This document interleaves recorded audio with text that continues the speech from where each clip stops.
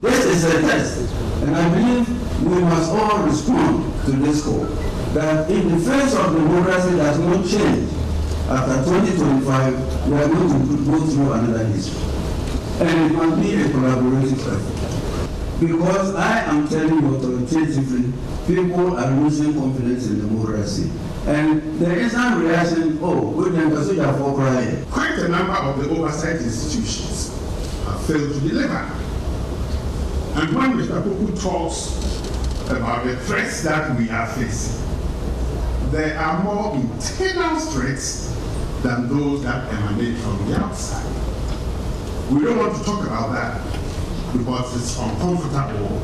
We are increasingly seeing, and I like Mr. Poku's example of Agyeman, in which Parliament was fantastically silent. But not only that, there have been lots of instances where Parliament ought to have spoken, but has not. Some of the things we're criticized for, we have done our part as a committee. You must have read the Agyeman report. I mean, it's been released. We asked that those who were brutalized be compensated. I mean, and those who abused their offices, their power, be sanctioned. We did that. But the problem now is, would the leadership prioritize security matters in Parliament? I think these are matters that ought to be reported to the Speaker.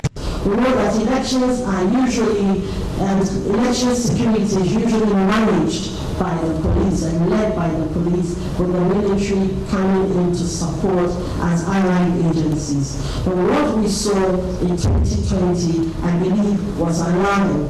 And I really would like us to have this conversation on redefining the role of the military in elections. We know the military is needed. How and what role they play is critical, and a conversation that we must have to define properly their scope and their role when it comes to elections. I say it with a regret and with a very, very stern face that the military have no business supporting any political party, whether in government, during elections or after elections. Your job is to stand in the middle and make sure that the people of Ghana have the government they have voted for. That's your job. Do your work and let the politicians do their politics.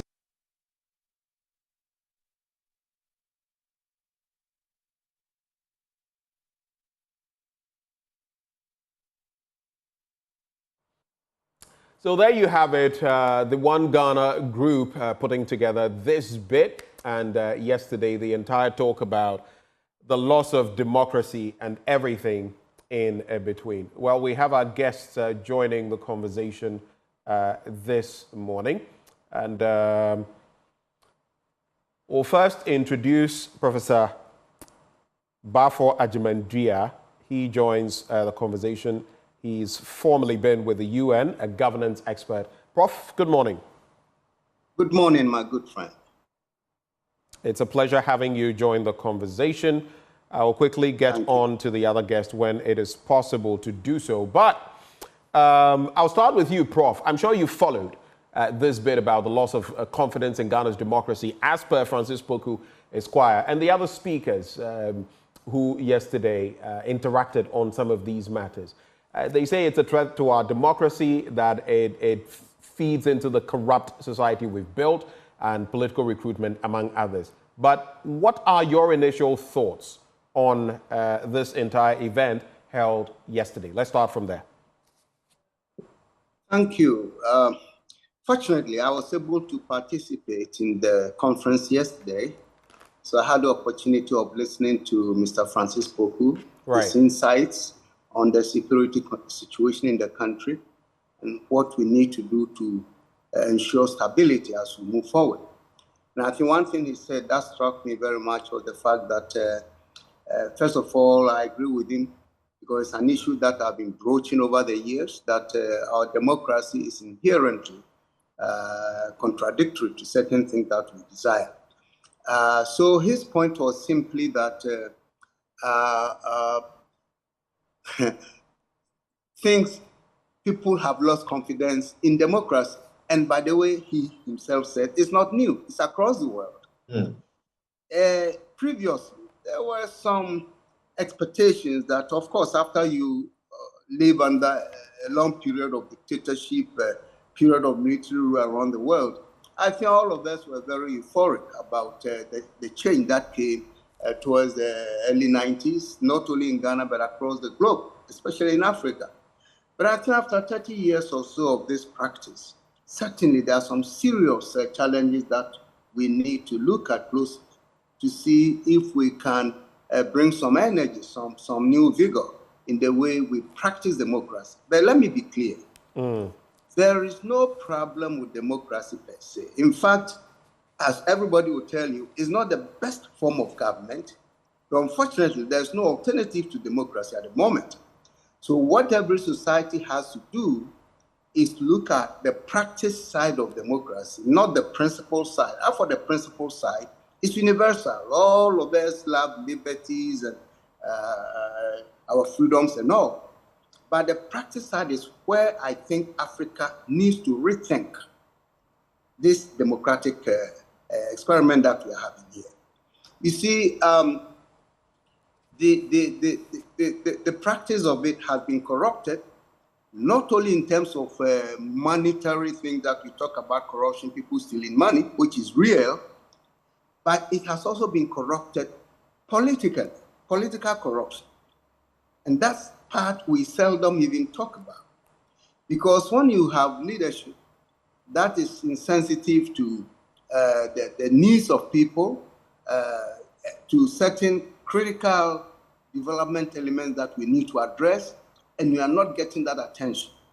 You see, what happened in Kenya recently is a reflection of this conversation that you're having this morning, that over the years, the young people in particular have realized that the leadership that they've been having in African countries has not been the right one, because they are being deprived of their future, because governments have been mortgaging this future through all kinds of reckless policies and actions. So in simple terms, the expression of Mr. Poku yesterday at the end of it was that after 2025, after this election, that is by 2025, Ghanaians should begin to look carefully and critically at how we review the practice democracy that we have to ensure that we can have a sustainable stability in the country. So if you ask me, as I said yesterday at the meeting, in the 90s, early 90s, we thought that security agencies, particularly the military, was going to be a threat to our democracy. But today, as I speak to you, I think it is our politics. It's our politics that poses that threat to democracy. Well, thank you very much for those initial thoughts. And definitely later I'll be coming to you about Kenya and what has happened there and whether it resonates in any way with what we're seeing. But let me bring in Professor Kwesi Waning into the conversation. He is director. So he is actually one offering bespoke services in risk assessment analysis and forecasting. Prof, good morning. Yes, good morning. I know you're far away in Mombasa and it's been hectic for you. So we're very grateful that you took the time to join us this morning. We're grateful for your time. Your initial thoughts on this event held yesterday, One Ghana collaborating with the military to have this Republic Day event. Your initial thoughts? No, for me, I think it's a reflection of the recognition for a wider conversation. Right. The form our democracy has taken, the quality, the gaps, the challenges. But it was also quite insightful that they chose a senior statesman who has seen it all to lay the issues on the table. And I concur with my senior brother Bafo in terms of his interpretation of what Mr. Poku said. But he also made this statement that time is running out and that we needed to get to grips with the detail. And his phrase was that, the devil is always in the detail. So although we focused on the military, Mr. Poku also raised or brought in the National Security Strategy document and the hierarchy of threats that document identified. And some of us were arguing that those threats and the hierarchies would need to be subjected either to a quarterly evaluation or assessment to be able to see the most important ones that we needed to focus on. But it was also about the processes and procedures towards resourcing the military to be able to do what they want to do. There was a general consensus about the unnecessarily politicized spaces in our country, that now almost no conversation or action can be had without being examined through a partisan lens. And I like 2 points that the military itself made. One was about giving it a voice to be able to express itself. And that was something that I have said that was picked up on. You cannot have about, I don't know the strength of the army right now, probably 2,000 or so decently armed people who do not have appropriate channels of engaging in the conversation in a manner that they think reflects their contributions, their thoughts, and their expertise. That is one. The second was a concern, I think, expressed by the Director of Training about the quality of the external influences. How do people coming from the outside want to shape the conversations around our own perceptions of what our threats are? So from where I said the conversation was useful, and I think Balfour took us back almost 24 years ago about some of the work that the CDD did in trying to establish a certain basis for having conversations around civil-military relations. Because if you remember, in the immediate aftermath of the Rawlings handover of power, there were still tensions and misunderstandings between the uniformed forces and the civilian populace. That we are still seeing those tensions re-emerging, from Agyeman-Duah, Agyeman, and other places. So there is still a lot of work that we need to do. But yesterday's conversation was a very useful start. Let me come to you, Professor Balfour Agyeman-Duah, on this point. Now, you would hear Francis Poku lamenting democracy from different angles, and it's the same question I'll pose to Professor Kwesi Waning. The bit about governance issues, regime security versus human security. And why do I mention that? He makes mention of corruption. He makes mention of rife unemployment. He makes mention of illegal mining and the pitfalls of all of these. How crucial, what is the impact of these in Ghana today from where you sit? And have there been any remedial measures over the last few years? You look at the latest Human Development Report in Ghana, the multidimensional poverty indices from the Ghana Statistical Service. They make for stark reading. And interestingly, he adds that if these are not dealt with, we could have another history. Interpret it as you will. What is your reading of those? I'll start with you, Professor Agyeman-Duah. Right. First of all, let me admire Kwesi. We were together last night. I didn't know he was going to fly last night to be in Mombasa this morning. Very interesting, Kwesi. Anyway, I think the problem here, and that's why people say our constitution has helped us for 30 years and therefore there's no need to tinker with it.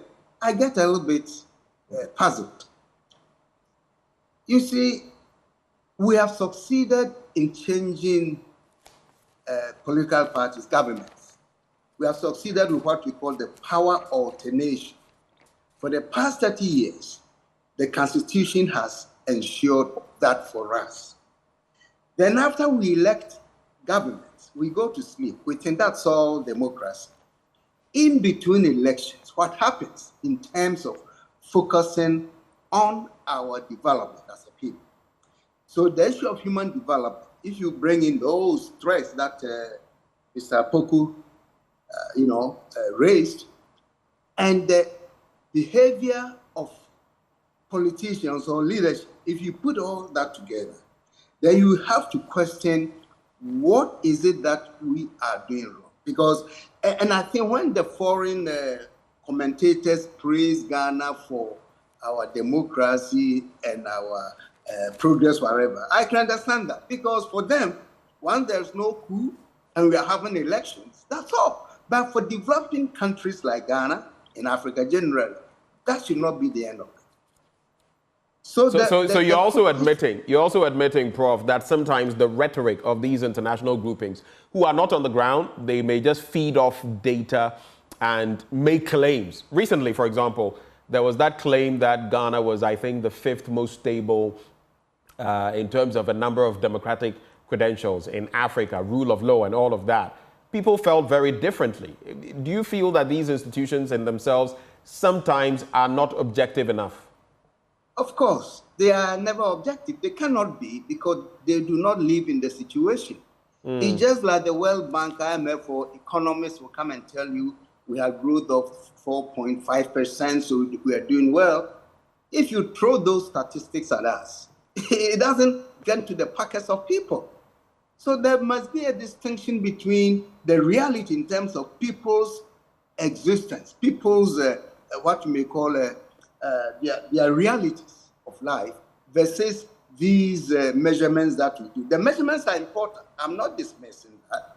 I think it's important for us to know statistically how we do it. But that cannot be the focus. That cannot be the complete measurement of our doing well. All right? So I do agree that, no, there's a certain merit to that, but that cannot be the focus. The point is that we have to look at how we have structured our politics. I'm very keen on this point because if you look at the Constitution, for those who are afraid to touch it, one point that we should take into account, if you look at our development over the past 30 years, outside Accra, what can you point to people? Of course, we build schools here, we have built hospitals here, but these are routine for governments.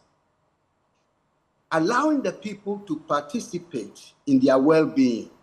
And here I'm hitting on the notion of decentralization, how power can be decoupled from the center, enabling ordinary people, communities, districts to initiate and supervise their own development processes. With the government there, of course. But we have weakened this system so much so that if nothing emanates from Accra, then nothing happens anywhere in the country. For me, that's a critical one. So I think there is this disconnect between governance and the people, because governance and politics are almost at the top of the pyramid, but at the bottom is hollow. The district assembly elections we hold, you tell me how relevant it is to our development process. Because even in the district, if you want to build a school, you have to come to Accra for the Minister of Education to agree or to release funds for you. So I think we need to begin to rethink democracy. Democracy should never be top down, should be bottom up. And bottom means where? The grassroots, the communities, and the districts. Well, that's where the action should be. So right. Yes, because Ben, the problem has been that we will have to critically appraise our practice of democracy, the structure of power, making sure that power truly comes to the hands of the people, making sure that the executive does not dominate the other branches of government. And yesterday, Mr. Sam George was there, parliamentarian, who repeated the same thing, that as a parliamentarian, he knows that if he belongs to the ruling government, He's not going to sit in Parliament and criticize that. He wants to behave himself so that the president can give him an appointment. And this is an issue we have all discussed for years now. So for me, in simple terms, there's a real need for rethinking our democracy, its practice, I should say. And I think the security of the state is more assured when people themselves become the agents of national security. Of course, you have these agencies, that's fine, state agencies are there, but the people, you see, look at what happened in Kenya. The ordinary people, and this has happened elsewhere, in the 80s, I remember Philippines, ordinary people, or in China, Tiananmen Square, ordinary people can rebel, and you cannot control that. So I think the important thing here is to ensure that our people are the depository of power, and they themselves should provide the security in addition to the state institutions. And that security will come when their well-being, their welfare is guaranteed, when they live their lives without any threats, when they believe strongly that they are participating in the governance of the country. These are the kinds of intangible things that we need to look at. Right. So it's not only the tangibles of soldiers well-equipped. I agree. I mean, when you have the armed forces, they've got to be equipped properly to execute their mandate. Those things I don't dispute at all. But the bottom line is how we get the people themselves to protect the democracy that we have. And it's, Professor Waning, it is mentally stimulating, though it is a horror show. What Prof mentions, Agyeman-Duah mentions, the Tiananmen Square massacre, if you like, only captured in secret, else the rest of the world would not have known. But you find yourself in Mombasa, which is interestingly in Kenya, where recently this political unrest, civil unrest, has taken place. When you look at what Francis Poku talks about, regime security versus human security. States are moving away from regime security and focusing on human security, the economy and other things. These are things he mentions, corruption, rampant unemployment and all of that. What is your appreciation of what Francis Poku said? Professor Waning, that question was for you, sir. You have to unmute, Professor Waning. There is no security better than when ordinary people feel secure, that they think the people who came to beg them for their votes so they will serve them also deliver on the public goods that they promise. Right now, there's a huge lacuna between the promises given by those who want power and their actual determination to deliver on those public goods. And therein lies the disconnect that Balfour was talking about. If we take Galamsey alone, and we look at all the areas where Galamsey is taking place, Galamsey or artisanal small-scale mining cannot take place without the collusion of multiple individuals located within the interstices of the state. So that it's become a business by itself, fueled by collusion, by corruption, by basically turning a blind eye to what ought not to happen. And it's not only in mining, we see it in illicit logging. Now, when those who should govern in such a manner that the state gets its taxes to create jobs, to build hospitals, to build roads, to build schools, appropriate these funds to themselves, it reaches a point where there is no alternative than for people to say, look, this belongs to us. We want it back, and you cannot have it. So we are seeing a certain social awareness, a rising social awareness. And I think that is an aspect of the disconnect, that those who are governing us seem to take it for granted, that the masses, the youth, and I think in Ghana, the statistics yesterday was that 57% of our population are under 25 years old.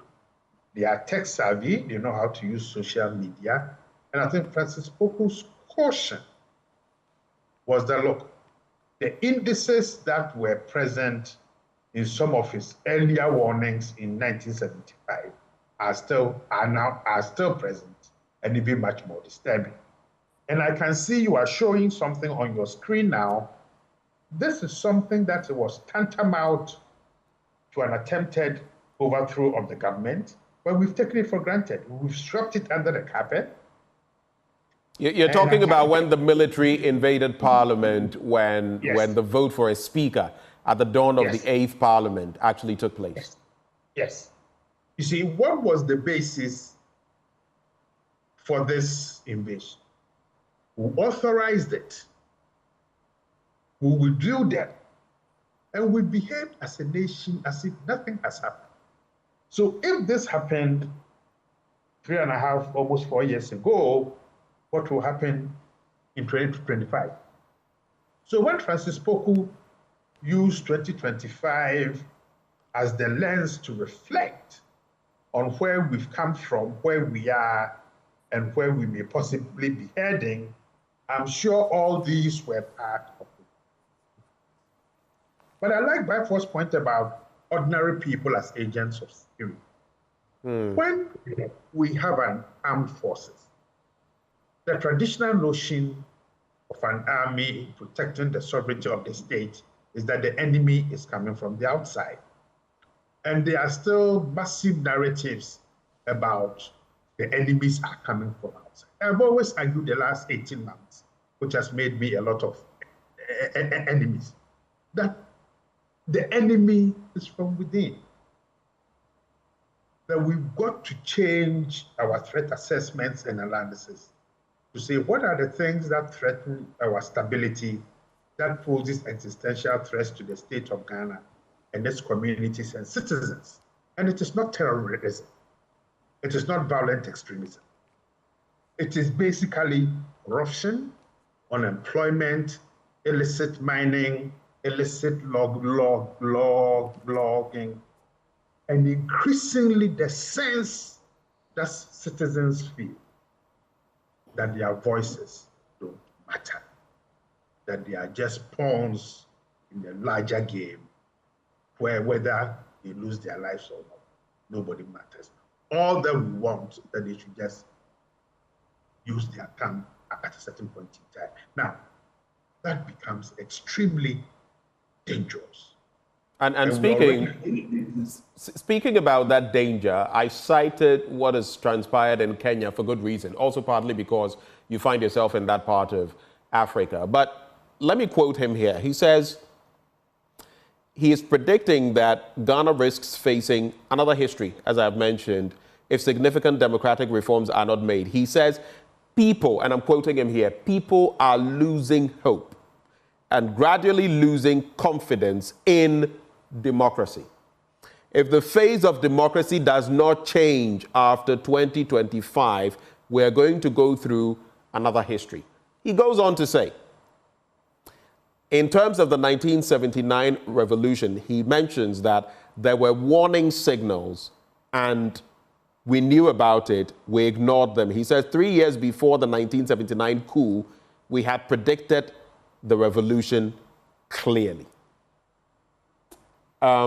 What is your reflection on those points vis-a-vis the very details you are giving, that the threat is from right here? It's not from without, it is from within. Professor Waning, I think you'd have to unmute again.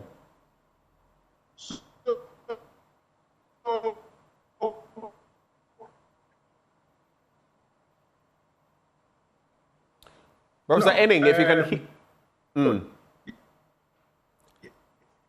you can hear me, the connection is rather poor. So let me go to Professor Agyeman-Duah. I'll be right back to you to answer on that question. Prof, I don't know whether you'd like to hazard any answers to that, because I have another question for you. But would you like to dwell on that point before we move? Just summarize it quickly again, please.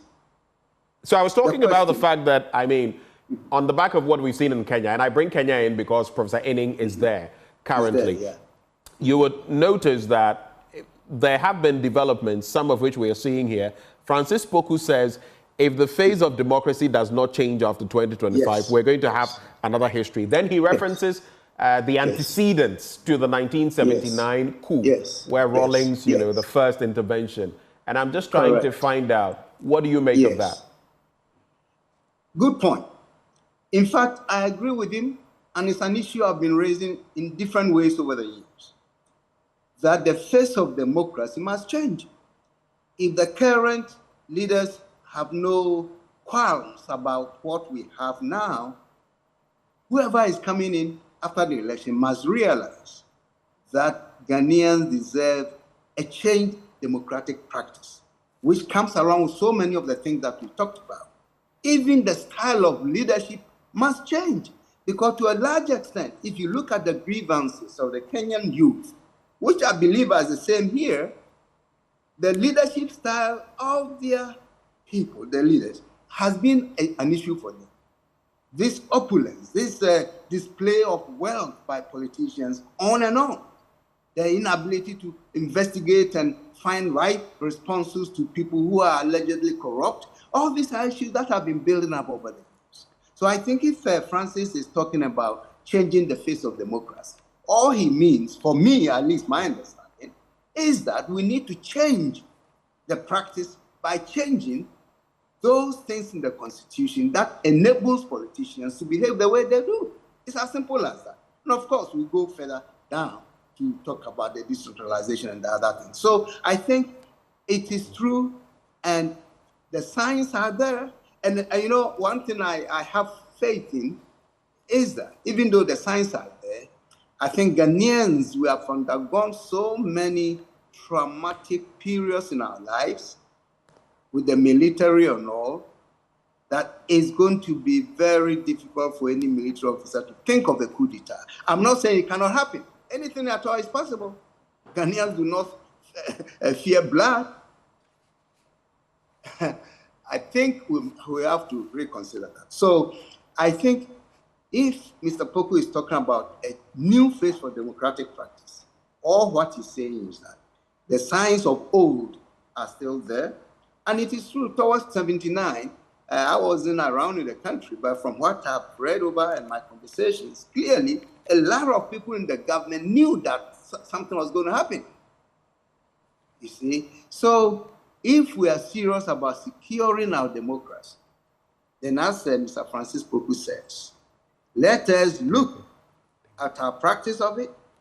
If it's necessary, and I believe it is, to review the Constitution in a more genuine way, in a sincere way, not to simply allow the politicians to dictate how it should be, because left to them, they will not change it, because it favors them. Any political party in power finds favor with the Constitution, because immediately the president has thousands of people to appoint, and almost invariably they appoint their own people who may not have the capacity. And that contributes to our downfall.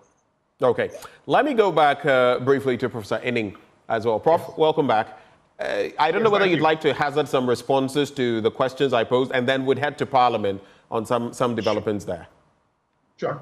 I mean, I think Mr. Francis Poku was being very cautious. I mean, if you look at the words that he used, that people are losing. People have lost patience. That we are gradually, sliding into this problem. We are in the problem.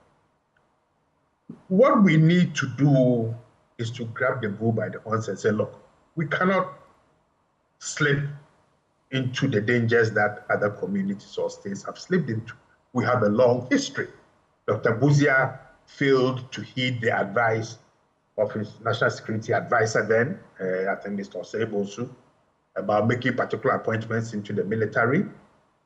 He didn't listen. Mr. Poku has warned us about 1979. For those of us who were young but were in Ghana, knew, that what was going to happen. I mean, there was this song that kindergarten children sang. Champong, no, there's no food. Champong, no spare parts.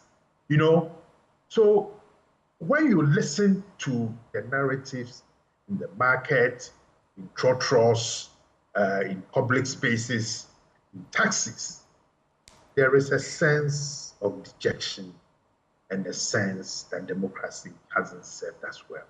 And until the spoils of democracy trickle down, that is the best way to securing the state and also securing that democracy. So people must feel a part of that process. Right now, they feel that they are only hauled out every 4 years, used, misused, and dumped. And I think that is bringing quite a lot of anger. And that was a conversation from yesterday. In fact, you also shared your thoughts on the external threats. But let's come to Parliament now. There's that latest report, though some ends say that maybe that may not be the whole picture. The chairman of that committee. There is a report on the IGP and some of his deputies, some of whom have since left the police service, trying to undermine him. The very first time we've heard anything of the sort. What do you make of that report so far, which seems to vindicate the Inspector General of Police and any actions that could follow on the back of that? Some are already calling for those people who are implicated to face punitive measures, whether they've retired from the police or not. Your take? Is it for me or for Baf? That's for you, Professor Waning. Okay. So, I mean, I think you know my stance on this. That in all institutions, those who serve within that institution and under a particular leader cannot seek to undermine that leader and take his or her position by serving other external interests who are the appointing authority in the hope that in misbehaving, they will notice them and give them the job.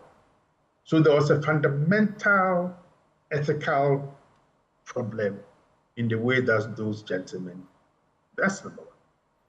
Number two, it was obvious to every neutral, objective observer that we needed to get this wrapped up as quickly as possible, but in depth, so that the institution of the Ghana Police Service will be protected.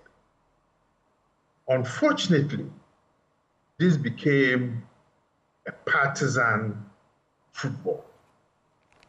And I would have thought that because these gentlemen had grievances, that our ombuds institution ought to have taken that step in saying, if people have grievances within a statutory institution, then we would need to listen to them. Although Parliament's attempts to deal with it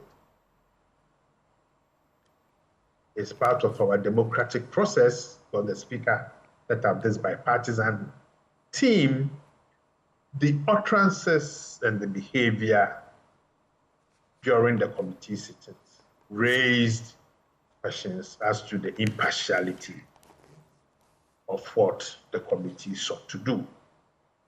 I am not surprised that the committee has exonerated the IGP, but I'm also neither surprised about the utterances about minority statement, and later they will talk about it. Okay. If the committee has finished its work, it should report. Normally, a minority report will be part of the main report, and that is where we end it. I don't think it's good moving into a very sensitive election for us to keep dragging this back and forth. The report has been issued, he's been exonerated. Let us move on and allow him to get on with this job. All right. I'll come to you, Professor Agyeman-Duah. Professor Waning, just hold for me. In the next few minutes, we'll be done. I just want your concluding thoughts on some of these matters. I don't know whether any of you would like a bite of this, because the defense minister, who was also speaking at the event, Dominic Nitto, made mention of the fact that the military had to be held to strict political neutrality. But I'm curious, when you look at the recruitment into the security services as well, the police, the military, and others, and the political elements in there, I wonder what he meant. But the two things I want to leave you gentlemen with. One, the Speaker of Parliament, Alban Sumana Kingsford Bagbane, says, let's scrap ex gratia I'm going to the Constitution to wrap. And then you also have a situation where our Constitution says you cannot be president unless you are 40 or above. We see that in France, likely Jordan, what's his other name? Let me just get it. Badea could become the new leader of that country. He's only 28. Time now for a good constitutional review, ex gratia, and the age for the presidency, looking at how things have gone so far. I'll start with you, Professor Agyeman-Duah. 2 minutes apiece, and we're gone. Prof. Well, first of all, just a bit to what Kwesi has so eloquently said about the IGP. I think it raises there's two other issues we need to quickly address. First, the promotional issue in Ghana, where people think their longevity in a particular institution gives them the lead to be heard. They don't look at performance, and that is not only in the police service. In most state institutions, people think I've been there longer than you did, and they are not looking at merit in terms of performance. And that, I think, afflicts the police and their services and the way they expect their promotions. Secondly, the whole notion of appointments by the executive, it also comes into play. I know people who have suggested previously that there must be a new structure of appointment processes so that it's not just the president picking, and that brings in the politics that we want to take out of the security agency. So the whole is bigger than perhaps what people have already expressed on this issue. Right. Now, coming back to the age issue, frankly, age is an asset. So we can look at reducing, but that by itself is not, it's not essential in the sense that a person's exposure, a person's own character, a person's experiences, all that help in decision making. So if you believe that at that age you have had that exposure, I don't know about the French and how they may be better placed than us. So maybe by the age of 25, you've traveled, you've done this, you've finished school and all that. But if you look at African countries, Ghana in particular, we have to be careful about the age issue. I'll be happy for young people to be taking certain roles, and they should not be limited from seeking those offices. And I think if a young person of 30 or 35 is able to present himself or herself well, why not? People should vote for him. So for me, with that, I don't have much problem with reducing the age. But one more thing. You mentioned 3 requirements for being president of Ghana: citizenship, age, and what? Being sane. Is that not it? Yeah. Have we ever tested people who want to be president? Have we tested their sanity? And you see, that is the point to be made. I keep referencing Joe Biden versus Trump and some of the age issues in terms of coherence. And I mean, you know what happened. And that is where age comes in. And some people are worried. If you look at our leaders, I don't want to mention names, lest I sound, but you know where we are. No, we can place an age limit. That one I have no problem with. I think 75, 80 should be a cutoff point. That one is clear. But I think that we can also come down to about 30 for younger people who have been privileged to be exposed earlier in life, to have all kinds of experiences, to also have the opportunity to lead. So I'm quite flexible about it. All right. Prof, interesting thoughts. We can have a cap on the age, and we can reduce it a bit. Professor Waning, final words. Well, I think we should definitely have a cap on how old you can be to be president. Because you see, what should be the cap? What should be the cap? I don't know, probably 70? 70. 75 supermax. Because see, you've got to be able to have this link, this communication link with the bulk of your population. You know, when you are all very woolly in your head and you think it's almost an entitlement, then it becomes a problem. Jordan in France is not a good example. This is a man of 25%. No, I'm not using him beyond anything apart from age. I'm just using the age factor. But probably purely age, nothing else. Right. Yeah.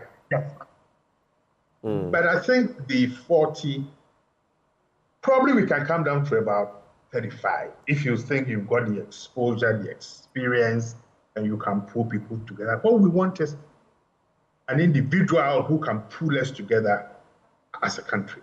Right now, Dr. Nkrumah was 47 when he became prime minister, and all his cabinet were fairly young people as compared to today's age group. So we need to look at that age bracket. But certainly, I think a cap of 75 years max would be useful. Thank you, gentlemen. Thank you, Prof, for having joined the conversation. Prof and Prof, actually. Professor Bafo Agyeman-Duah is a former UN advisor on governance. It's always good interacting with you. Thank you so much, Professor Agyeman-Duah. And again, Professor Kwesi Enning as well, joining the conversation all the way from Mombasa in Kenya. He is a security consultant providing bespoke services in risk assessment, analysis, and forecasting. Both of them joined us for this all-important conversation. Stay with us. There's still more to come right here on the AM show. We'll be right back.